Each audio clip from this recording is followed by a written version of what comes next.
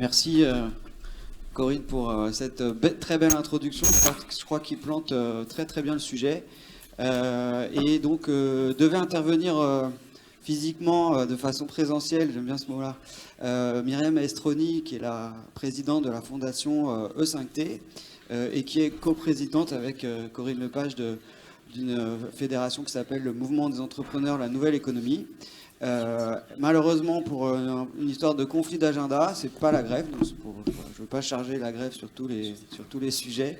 Elle n'a pas pu être présente ce matin, mais néanmoins, elle nous a préparé une petite vidéo, donc on va pouvoir l'écouter quelques minutes en guise d'introduction. Et puis, juste après, on démarrera notre première table ronde.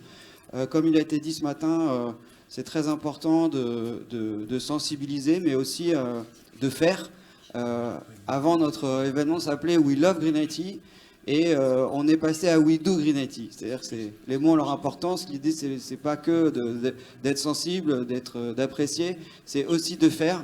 Et notre première table ronde sera l'occasion d'un retour d'expérience. Je te vois inquiet, c'est qu'il n'y a pas la vidéo. Juste, pour des raisons de timing, on va décaler la vidéo après parce qu'il y a des personnes qui doivent partir de l'organisation. D'accord, donc on lance la première table ronde. Et ben voilà, donc en direct. Donc il va falloir patienter pour avoir cette petite introduction de Myriam Maestroni. Bonjour à tous, je suis Myriam Maestroni, la présidente d'E5T. Alors E5T voulant dire énergie, efficacité énergétique, environnement, économie et territoire. Alors vous allez me dire, qu'est-ce que cela a donc à voir avec le Green IT? Eh bien, la première chose que j'ai envie de vous dire, c'est que depuis plusieurs années, nous collaborons avec l'AGIT parce que l'Alliance fait un travail absolument remarquable pour attirer l'attention de tous sur un sujet qui manifestement n'a pas encore émergé. Et donc, avant de rentrer un peu plus dans le détail, laissez-moi vous féliciter pour tous ceux qui sont présents aujourd'hui, parce que vous faites partie de ces rares personnes encore qui ont compris l'importance de travailler dans le détail de ce que voulait dire le Green IT, y compris évidemment sur la question de la sobriété, de l'efficacité énergétique, puisqu'on va le voir tout de suite, c'est un enjeu extrêmement important. Alors, le hasard du calendrier fait que j'interviens non pas physiquement, ce que j'aurais beaucoup aimé faire, mais je suis à Lille aujourd'hui et vous n'allez pas me croire, mais le sujet sur lequel nous intervenons à Lille, c'est la sobriété et l'efficacité énergétique, parce qu'évidemment, toutes les entreprises ont été interpellées par le gouvernement avec évidemment la situation géopolitique que l'on ne peut pas ignorer, les risques de pénurie d'énergie que nous pourrions avoir cet hiver, ce qui a fabriqué un plan de sobriété et d'efficacité énergétique avec le besoin de réduire de 10% nos consommations d'énergie, et tout ça évidemment couplé à la question de la décarbonation pour lutter contre le changement climatique qui s'accélère, ça ne vous a pas non plus échappé, et évidemment, comme un malheur n'arrive jamais seul, avec une augmentation absolument invraisemblable, incroyable des prix de l'énergie. Donc vous voyez qu'on est vraiment au cœur du sujet. Alors, si on étant au cœur du sujet, pourquoi en parle-t-on aussi peu ?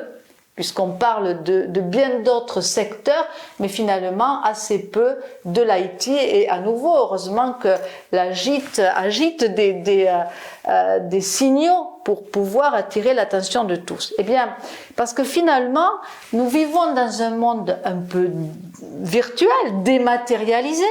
Aujourd'hui, les factures doivent être dématérialisées, on va prendre ses billets d'avion sur Internet, on va, que sais-je moi, trouver 1001 applications, même pour éviter du papier, en se disant, si on imprime ou si on envoie des courriers, eh bien on va détruire des arbres. Mais la réalité derrière ce monde virtuel, c'est que, et c'est absolument incroyable, 10%, vous m'entendez bien, 10% des consommations, alors entre 7 et 10% d'électricité dans le monde sont liées aux consommations informatiques, du secteur informatique.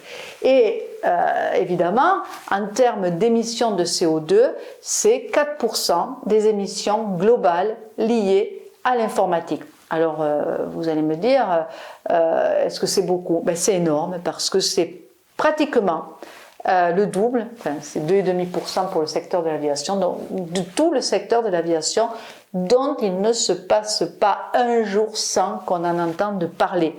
Ce n'est pas le cas aujourd'hui du Green IT. D'ailleurs, finalement, on voit assez peu d'initiatives.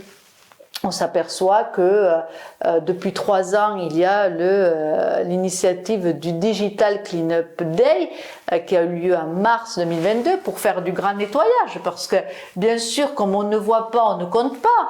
Et c'est à qui va accumuler le plus de photos de ses enfants ou autres, d'ailleurs, de ses vacances qui sont dans le cloud. C'est plus dans des albums, dans nos librairies. Donc, tout ça est dans le cloud. On va avoir plusieurs terminaux, donc plusieurs ordinateurs dans une maison. On va regarder des films en streaming ou des séries. Bref, c'est pas si facile que ça de se rendre compte de toutes ces consommations d'énergie cachées. Et puis en plus, en tant qu'utilisateur, on est devenu très exigeant. Aujourd'hui, 1% des consommations sont liées juste aux box qu'on supporte mal d'éteindre à chaque fois, puisqu'il va falloir pour les réinitialiser 3, 5, 10 minutes, c'est pas instantané, donc on va laisser nos équipements en veille, ce qui évidemment va encore contribuer à ces consommations d'énergie. On va en trouver sur toute la chaîne de ces consommations d'énergie, sur les terminaux eux-mêmes, sur les data centers et puis sur toutes les autoroutes de l'information dans des proportions qui varient mais qu'on sait parfaitement identifier aujourd'hui. Donc voilà, je crois que c'était important de créer ce lien, s'il n'avait pas été clair, entre dépenses d'énergie et d'électricité en l'occurrence, émissions de CO2 et donc décarbonation et le rôle que peuvent jouer les organisations les plus en pointe en s'occupant sincèrement de travailler sur cette logique de Green IT.